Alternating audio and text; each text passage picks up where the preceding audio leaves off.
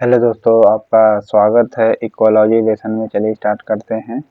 पहला क्वेश्चन पसंद आए तो लाइक करिएगा, वरना डिसलाइक करके बोल दीजिएगा क्या सुधार करना है। चलिए देखते हैं। भारत में विलुप्त हो चुके प्रमुख जीवों में निम्न में से कौन शामिल है?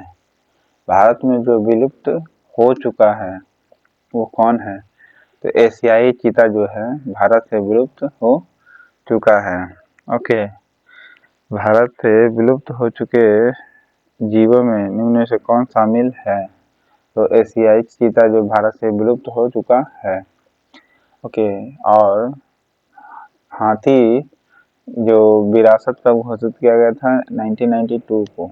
ठीक है।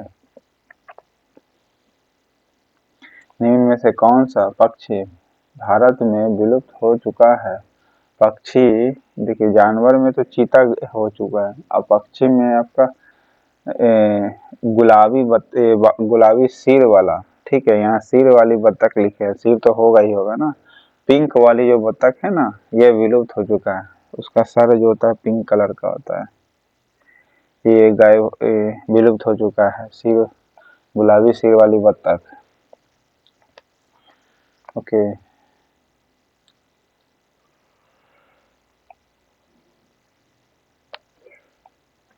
वनों से विलुप्त होने का मतलब क्या है? मतलब इसका आशय क्या होता है? इसका ये आशय है कि जाति प्राकृतिक वनों से समाप्त हो चुका है। ओके, इस प्रकार की जो जाति है, यानी जाति जो है प्राकृतिक वनों से क्या हो चुकी है? समाप्त हो चुकी है। विलुप्त वनों से विलुप्त होने का मतलब क्या है? इसका मतलब है कि जाति प्राकृतिक वनों जो नेचुरल जो वाइल्ड है, वन है, वहां से समाप्त हो चुकी है। अति संकटग्रस्त प्रजाति जिसे क्रिटिकल इंडेंजर कहा जाता है, CR। ओके, CR का सही अर्थ क्या है? CR का सही अर्थ क्या होता है? जाति का वनों से विलुप्त होने का घोर खतरा बना हुआ है। क्रिटिकल इंडेंजर यानी अति संकटग्रस्त जिसे कहा जाता है। इसका मतलब क्या हुआ? इसका मतलब हुआ जाति का वनों से विलुप्त होने का घोर खतरा बना हुआ है। ओके, जाति का वनों से विलुप्त होने का घोर खतरा बना हुआ है। ओके,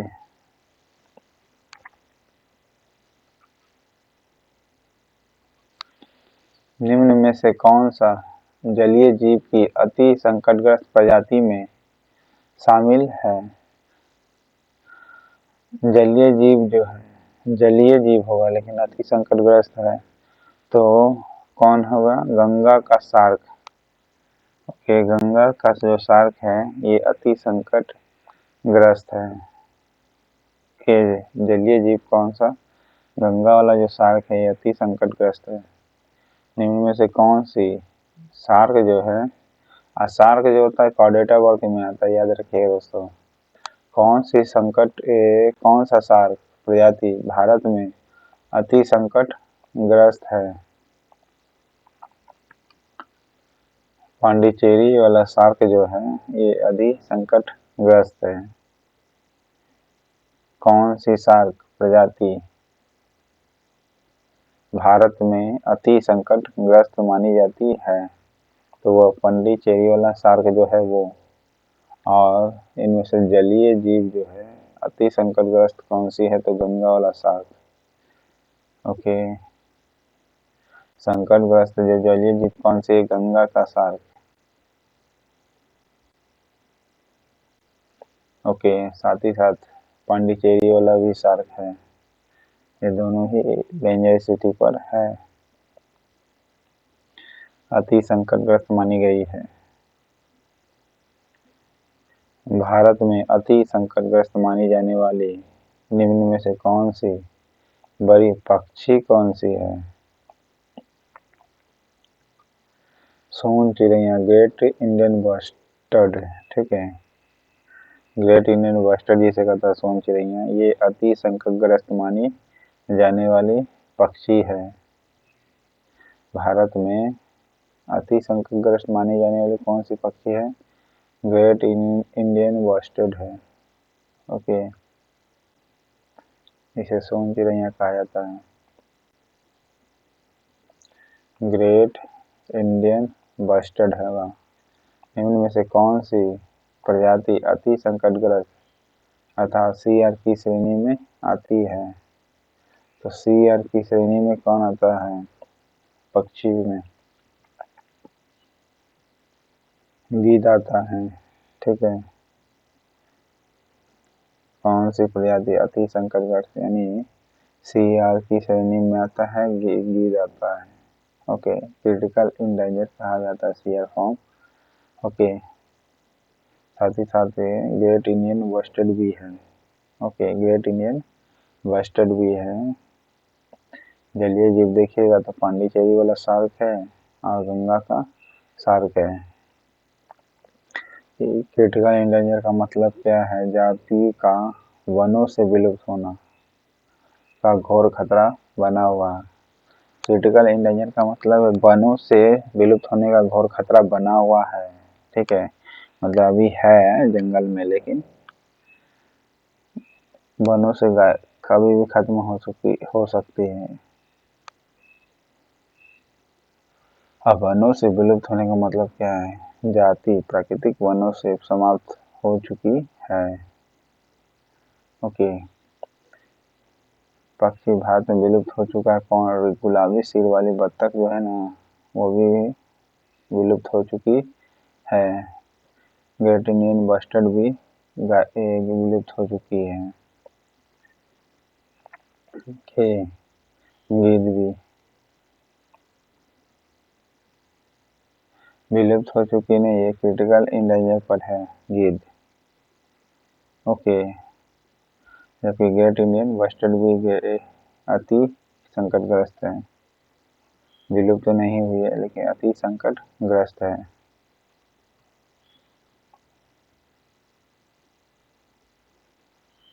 निम्न में से कौन सा पक्षी संकटग्रस्त श्रेणी में रखा गया है?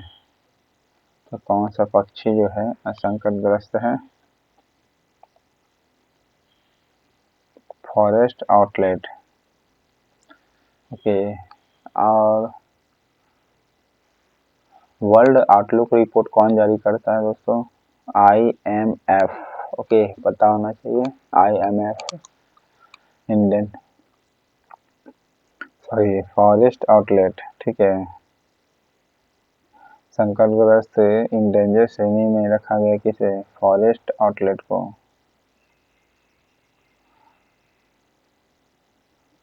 कौन सा पक्षी संकटग्रस्त श्रेणी में यानी इंडेंजर्ड श्रेणी में रखा गया? फॉरेस्ट को रखा गया है, फॉरेस्ट आउटलेट को। निम्न में से कौन सा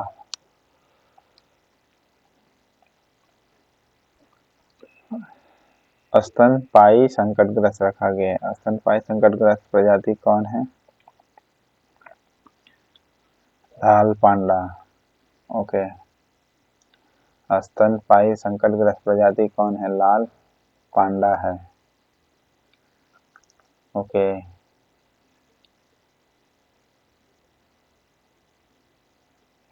निम्न में से कौन सा जीव संकटग्रस्त यानी इंडेंजर श्रेणी में आता है? तो इंडेंजर श्रेणी में आता है पेंगोलिन। ओके, संकटग्रस्त अति संकटग्रस्त नहीं है, बल्कि संकटग्रस्त इंडेंजर श्रेणी में है, पेंगोलिन है। ओके, तिब्बत का एंटीलोप जिसे चीरू कहते हैं और कस्तूरी मृग किस श्रेणी में आते हैं? तो तिब्बत का एंटीलोप जो है किस श्रेणी में आता है? संकटग्रस्त में आता है। ठीक है, यानी इंडेंजर में आता है। तिब्बत का एंटीलोप कस्तूरी मृग किस में आता है? संकटग्रस्त में आता है। पेंगोलिन भी संकटग्रस्त में आता है। कि अति संकटग्रस्त में नहीं, संकटग्रस्त में आता है। एंटीलोप भी और पेंगोलिन भी, और लाल पांडा भी संकटग्रस्त है, ठीक है, लेकिन लाल पांडा स्तनपायी के संकटग्रस्त में आएगा। स्तनपायी तो है ही है, लेकिन ये भी संकटग्रस्त में आएगा। फॉरेस्ट आउटलेट भी संकटग्रस्त में आएगा। गीद भी, पर गीद जो है अति संकटग्रस्त में आएगा, क्रिटिकल एंडेंजर में आएगा। ओके, और सोन चिड़ैया भी, ग्रेट इंडियन बस्टर्ड यानी सुनहरा लंगूर भारत के अलावा किस देश में भी पाया जाता है? तो सुनहरा लंगूर भारत के अलावा किस देश में पाया जाता है? भूटान में। कहाँ पाया जाता है? भूटान में पाया जाता है। सुनहरा लंगूर भारत और भूटान दोनों में पाया जाता है। आपको असुरक्षित यानी वल्नरेबल, वल्नरेबल यूवी श्रेणी का सही अर्थ क्या है? जाति के विलुप्त होने का संभावना भविष्य में बनी हुई है। ओके, असुरक्षित श्रेणी का मतलब क्या होता है? असुरक्षित यानी वल्नरेबल यानी कमजोर, जो कभी भी विलुप्त होने का संभावना है। ओके, जैसे शेड्यूल्ड ट्राइब यानी ट्राइबल लोग वहाँ का है ना, अंडमान निकोबार का, वहाँ का ट्राइबल जो है एक खास प्रजाति, एक द्वीप पर जो रहता है, वो लोग वल्नरेबल ग्रुप में रखा गया है। ओके, इसे पीजीटी कहा जाता है ग्रुप। 4 सिंग वाली मृग और 12 सिंग किस श्रेणी में आता है? तो आपको आता है असुरक्षित श्रेणी में। इस श्रेणी में असुरक्षित श्रेणी में आएगा। 4 सिंग वाला मृग और 12 सिंग, ये दोनों ही असुरक्षित है। सुरक्षित है कि असुरक्षित है? असुरक्षित श्रेणी में आएगा। ओके, निम्न में से कौन सा जीव असुरक्षित यानी वल्नरेबल श्रेणी में आता है? तो वो है स्लोथ भालू। ओके, वल्नरेबल श्रेणी में कौन आएगा? स्लोथ भालू आएगा। और गीद जो आएगा किस श्रेणी में आएगा? सीआर श्रेणी में यानी क्रिटिकल एंडेंजर में आएगा। ओके, और सोन चिड़ैया भी, ग्रेट इंडियन बस्टर्ड वे भी है। पेंगोलिन किस श्रेणी में रखा गया है? संकटग्रस्त में रखा गया है, इंडेंजर में। ओके, और तिब्बत का चिरू भी संकटग्रस्त में रखा गया है।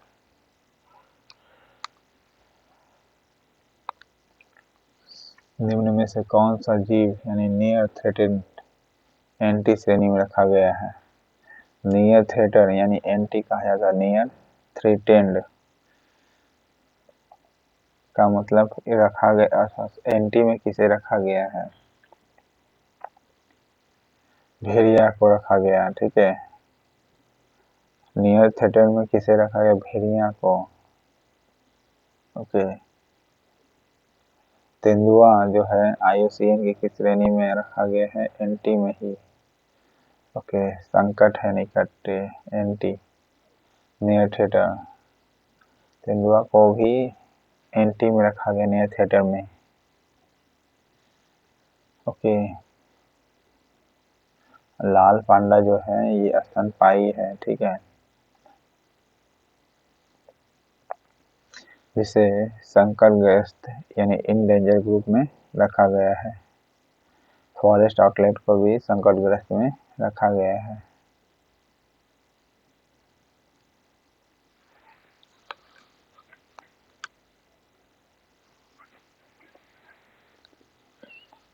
संकट मुक्त यानी लीस्ट कंसर्न श्रेणी का सही अर्थ क्या है? लीस्ट कंसर्न का मतलब क्या है?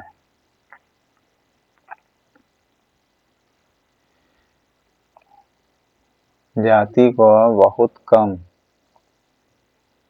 संख्या में विस्तृत क्षेत्र में पाई जाती है। लीस्ट कंसर्न का मतलब क्या है? यानी संकट मुक्त। जाति को बहुत कम संकट है। जाति को के लीस्ट कंसर्न का मतलब क्या है? जाति को बहुत कम संकट है और यह बड़ी संख्या में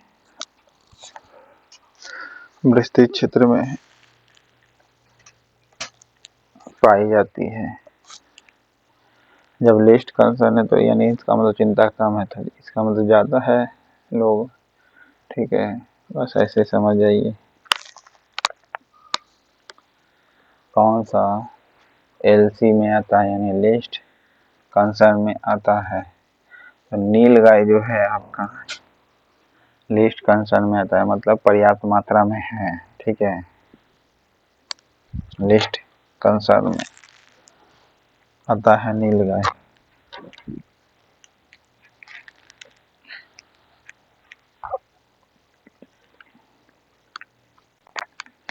लाल पांडा आपका ये स्तनपायी है।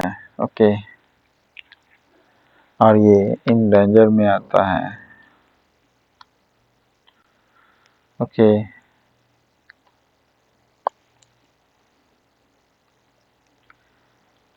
गीध जो है ये अति संकट में है। ठीक है, गीध क्या है आपका? अति संकट में, अति यानी क्रिटिकल इंडेंजर में आता है। ओके,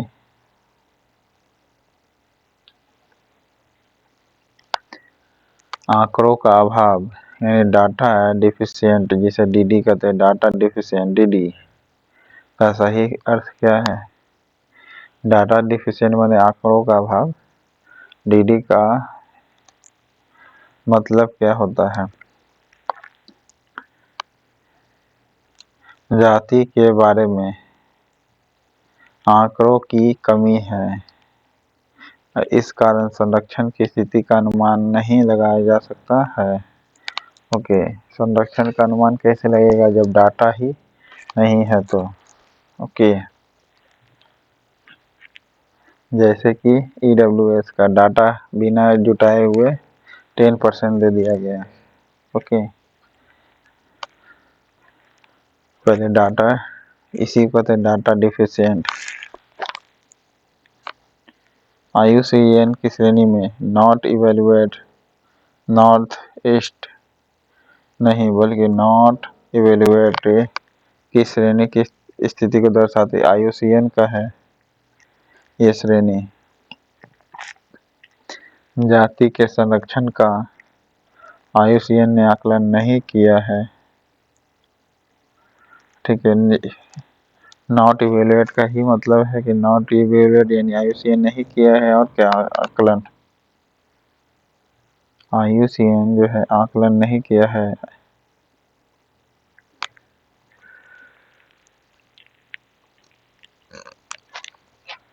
जाति के संरक्षण का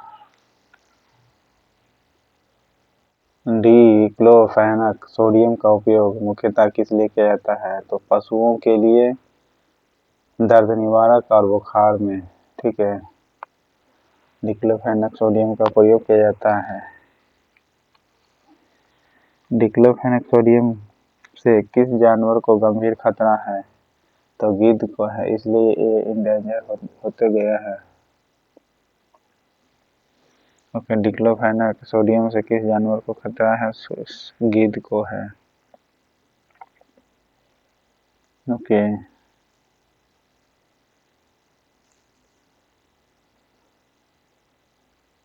और लोमड़ी के लिए भेड़िया को इन थिएटर में रखा गया है। ओके, साइट्स जो है इसका फुल फॉर्म क्या होता है? साइट का फुल फॉर्म क्या होगा? Convention on international trade, CITES, CITES यानी convention on international trade. Okay. In endangered species, in endangered species of wild fauna and flora, full form of Convention on the International Trade in Endangered Species, endangered species of fish का wild fauna and flora, of wild and fauna and flora होगा site का full form. Site किस प्रकार का अंतर्राष्ट्रीय संस्था है? ये क्या करती है कि सरकारों के बीच एक अंतर्राष्ट्रीय समझौता है।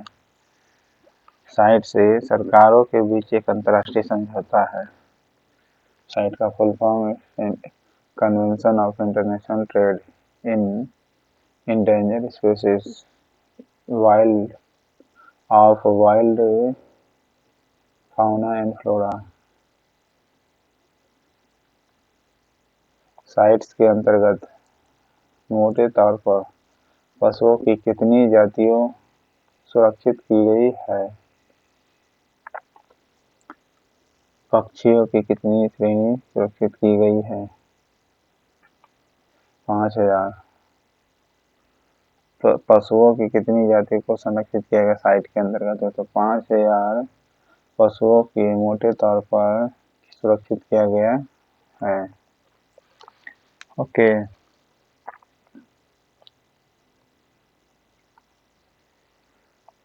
साइट्स के अंतर्गत मोटे तौर पर पौधे को कितनी जातियों में संरक्षित किया गया है? तो 28,000। पौधा को 28,000, पशुओं को 5,000।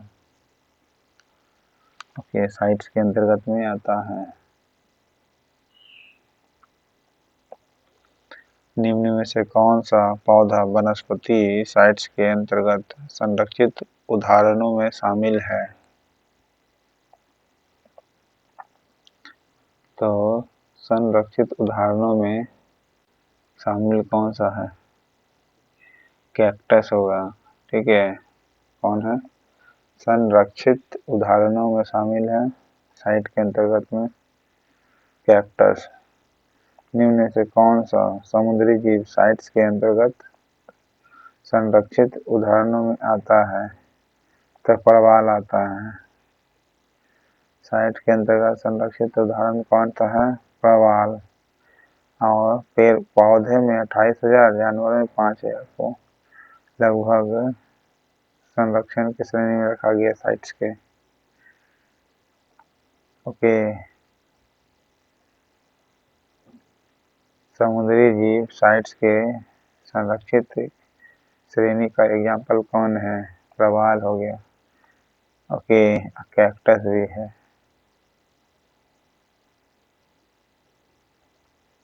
सबसे छोटा बीज किसका होता है? शैवाल का होता है। ओके, तो प्रवाल जो है, शैवाल नहीं बल्कि प्रवाल बोले थे साइट्स के अंदर संरक्षित। प्रवाल, शैवाल नहीं। शैवाल तो सबसे छोटा जीव पे बीज इसका होता है। ठीक है, केकड़ा और किस श्रेणी में आता है? ऑर्थोपोडा में आता है। ओके।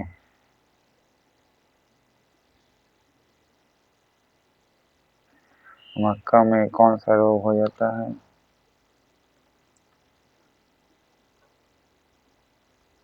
कमेंट बॉक्स में बताइएगा। जिंक की कमी से पर वो होता है व्हाइट बर्ड रोग। साइट्स का मसौदा किस वर्ष IUCN के सदस्य देशों की बैठक में तैयार किया गया था? 1963 को ओके साइट्स का मसौदा किस वर्ष IUCN का सदस्य देशों की बैठक में तैयार किया गया था? 1963 को किया गया था। और 8000 पक्षी है, सॉरी पेड़ नहीं पौधा है, ओके। और पेड़ पौधा यानी मिला के, और 5000 तो जानवर है। 1963 में मसौदा तैयार किया गया था साइट्स का। साइट्स किस वर्ष लागू हुआ था? 75 में लागू किया गया था, जबकि ड्राफ्ट तैयार हुआ था 1963 को, ओके। साइट्स सचिवालय किस कार्यक्रम के द्वारा प्रशासित किया जाता है? UNEP के द्वारा, ओके। UNEP के द्वारा होता है। संयुक्त राष्ट्र कार्यक्रम पर्यावरण कार्यक्रम इन्वायरमेंट प्रोग्राम यानी कार्यक्रम प्रशासित किया जाता है UNEP का।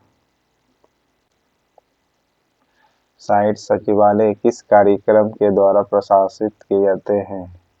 तो UNEP का यूनाइटेड नेशन इन्वायरमेंट प्रोग्राम के जरिए प्रशासित किए जाते हैं, यानी एडमिनिस्टर किए जाते हैं। साइट का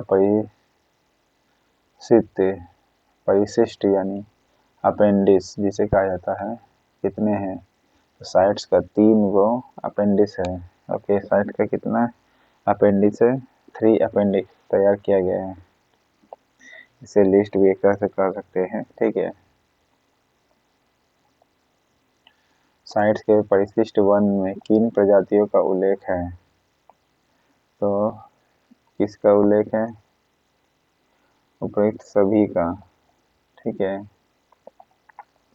गोरिल्ला का भी है, समुद्री कछुए का भी है, अधिकांश आर्किड प्रजाति का भी है, ठीक है। परिशिष्ट वन में यानी अपेंडिक्स वन में कौन कौन आता है? गोरिल्ला भी आता है, समुद्री कछुआ भी आता है, और अधिकांश आर्किड प्रजाति भी है, ओके। वर्तमान परिशिष्ट वन में लगभग कितनी प्रजाति सूचीबद्ध है? तो 931 है, ओके। कितना शामिल है साइट्स के परिशिष्ट वन में? तो 931 है, ओके। अपेंडिक्स वन में शामिल है कौन? 931 अपेंडिक्स वन में प्रजाति शामिल है। साइट्स के परिशिष्ट 2 में किस प्रकार की प्रजाति को शामिल किया गया है? यानी अपेंडिक्स 2 में किस प्रकार का शामिल किया गया है? जिनके निकट भविष्य में लुप्त होने का खतरा नहीं है, परंतु व्यापार नियंत्रित न हो तो संकटग्रस्त हो सकती है। अपेंडिक्स 2 में यही है, अभी जिनके निकट भविष्य में विलुप्त होने का खतरा नहीं है, ओके। जैसे नीलगाय, ठीक है, परंतु नियंत्रित ना होने पर, अगर नियंत्रित नहीं हुआ तो क्या हो जाएगा? ये संकटग्रस्त हो सकती है, ओके। वर्तमान में साइट्स के अपेंडिक्स 2 यानी परिशिष्ट 2 में लगभग कितनी प्रजातियां सूचीबद्ध है? 34,419। अपेंडिक्स 2 में कितना प्रजाति सूचीबद्ध है? 34,419 है, 420 से एक कम, तो 34,419। निम्न में से कौन सा सरीसृप यानी साइट्स के परिशिष्टों में शामिल है, यानी साइट्स का अपेंडिक्स 2 में कौन शामिल है? अमेरिकी मगरमच्छ जो है ये अपेंडिक्स 2 में शामिल है। साइट्स के अपेंडिक्स 2 में अमेरिकी मगरमच्छ शामिल किया गया है। वृक्ष का या वनस्पति का अपेंडिक्स 2 में सूचीबद्ध कौन है? महोगनी का है। ठीक है, महोगनी ये अपेंडिक्स 2 में आता है।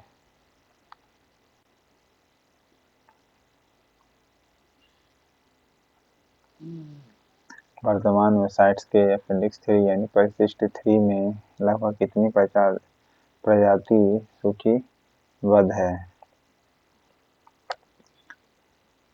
147 है। ओके, कितनी है? 147। अपेंडिक्स 3 में कितनी प्रजाति को शामिल किया गया? 147। अब 147 सीट भी है उड़ीसा का विधानसभा का। ओके, अपेंडिक्स 3 में साइट्स का 143 है, जबकि 34,419 सेकेंड लिस्ट में है। अब फर्स्ट लिस्ट में 931 है। ओके, अपेंडिक्स 2 में 34,419 जबकि 931 अपेंडिक्स फर्स्ट में है। ओके,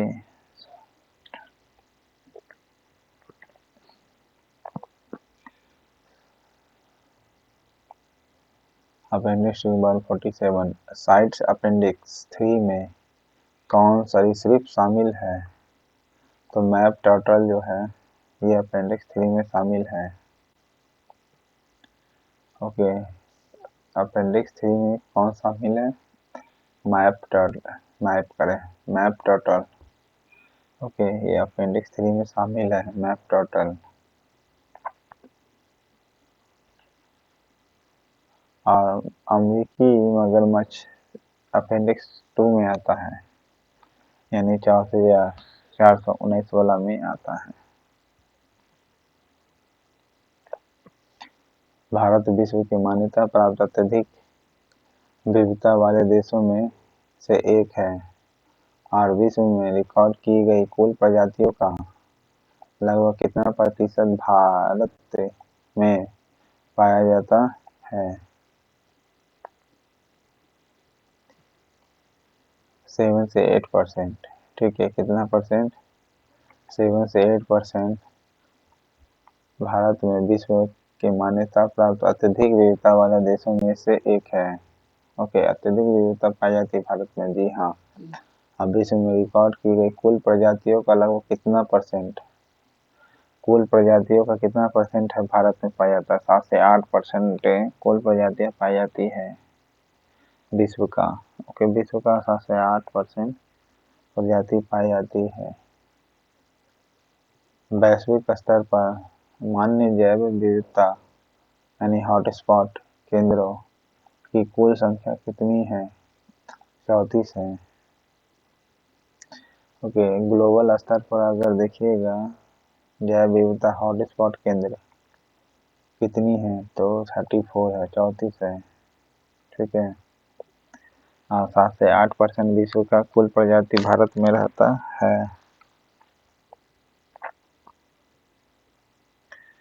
साइट से यानी भारत में साइट्स के किस परिशिष्ट से शीशम यानी शीशम को कहते हैं डेलबेरिया सिसुसु, ठीक है, डेलबेरिया सिसुसु को हटाने का प्रस्ताव किया है?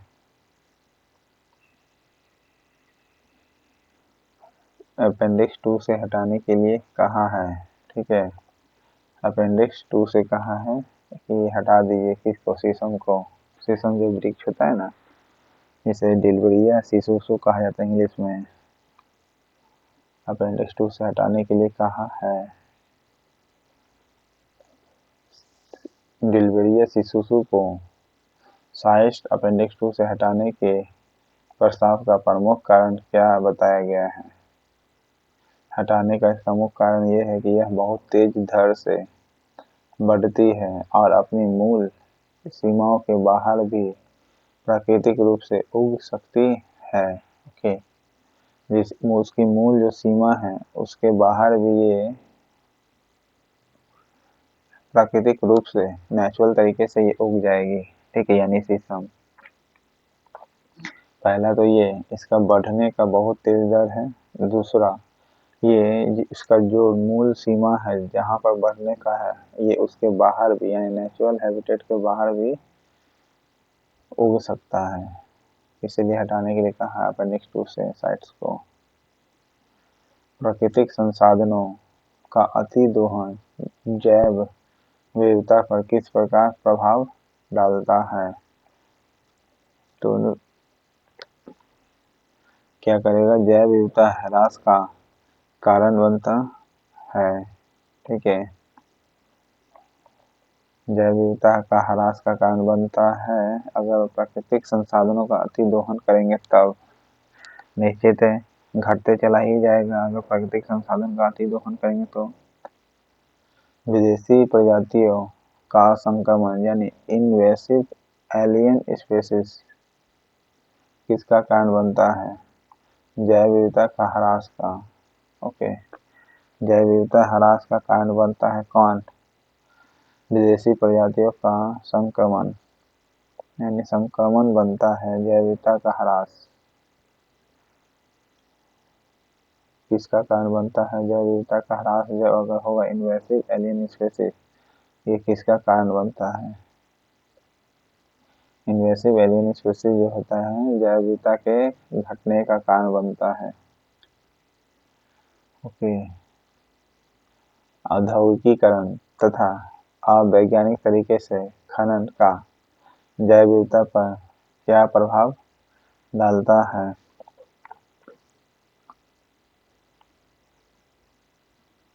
ये डालेगा जैव विविधता को ह्रास होता है।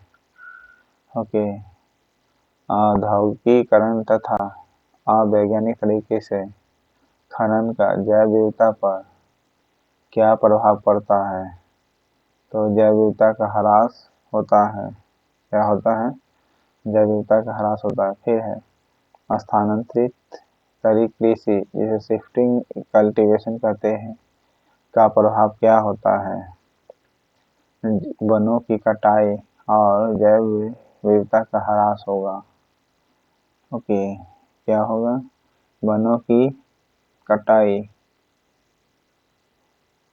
सॉरी 98 का है, 98 का सी ही होगा। ठीक है, वनों की कटाई और जैव विविधता ही का ह्रास होगा। निश्चित है अगर शिफ्टिंग कल्टीवेशन करेंगे तो वन तो कटते जाएगा ही कटते जाएगा, दूसरा साथ ही साथ जैव विविधता जो है उसके साथ भी कमी होने लगेगा शिफ्टिंग कल्टीवेशन से, जो नागालैंड में काफी प्रचलित है।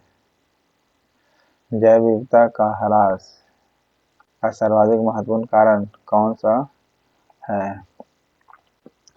तो प्राकृतिक वास जो है इसका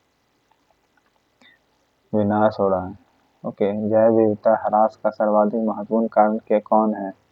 प्राकृतिक यानी नेचुरल हैबिटेट जो है उसका विनाश हो रहा है। क्या रहा है? नेचुरल हैबिटेट जो है उसका क्या हो रहा है? विनाश हो रहा है, जिस कारण से जैव विविधता का कमी पाई जा रही है। जैव विविधता का कमी क्यों पाई जा रही है? क्योंकि नेचुरल जो हैबिटेट है वास है उसका विनाश हो रहा है। ठीक है, प्राकृतिक वास के यानी नेचुरल हैबिटेट के विनाश से बढ़ावा देने वाला प्रमुख कारण कौन से हैं? प्राकृतिक संसाधनों का दोहन, फिर है औद्योगिक उत्पादन एवं नगरीकरण। ओके, औद्योगिक उत्पादन और नगरीकरण ये जो है प्राकृतिक विनाश का बढ़ावा देता है नेचुरल हैबिटेट को।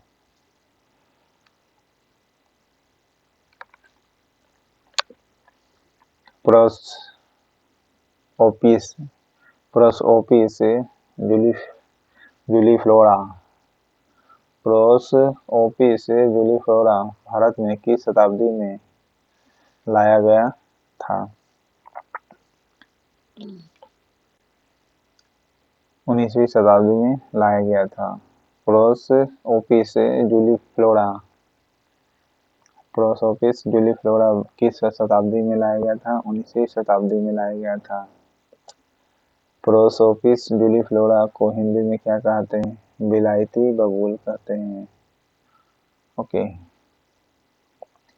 विलायती बबूल। प्रोसोपिस जूलीफ्लोरा को 19वीं शताब्दी में लाया गया था। ओके, यानी विलायती बबूल को, प्रोसोपिस जूलीफ्लोरा को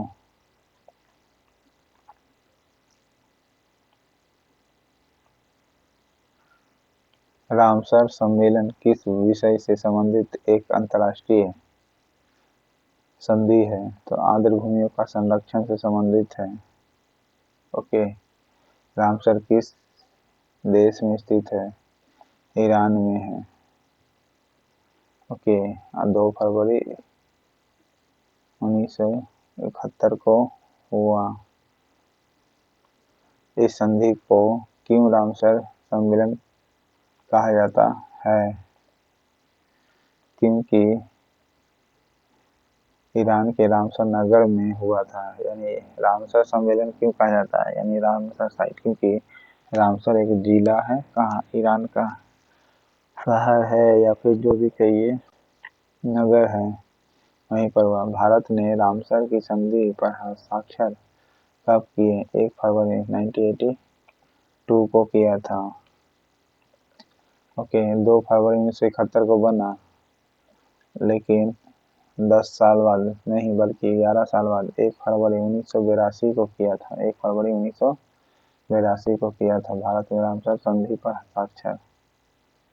ओके, तो इस प्रकार का पार्ट 1 था दोस्तों इकोलॉजी का। चैनल पसंद आए तो लाइक करिए, सब्सक्राइब करिए, मेरे छोटे चैनल को आगे बढ़ाने में सहयोग करिएगा। कुछ कमी हो तो डिसलाइक करके कमेंट बॉक्स में बता दीजिएगा। लेकिन हमारे पास जो सोर्स है वो आपको उपलब्ध करा रहे दोस्तों। अगर मेरे वीडियो से लाभ भी पहुंचा हो तो सहयोग राशि भी दे सकते हैं। Thank you.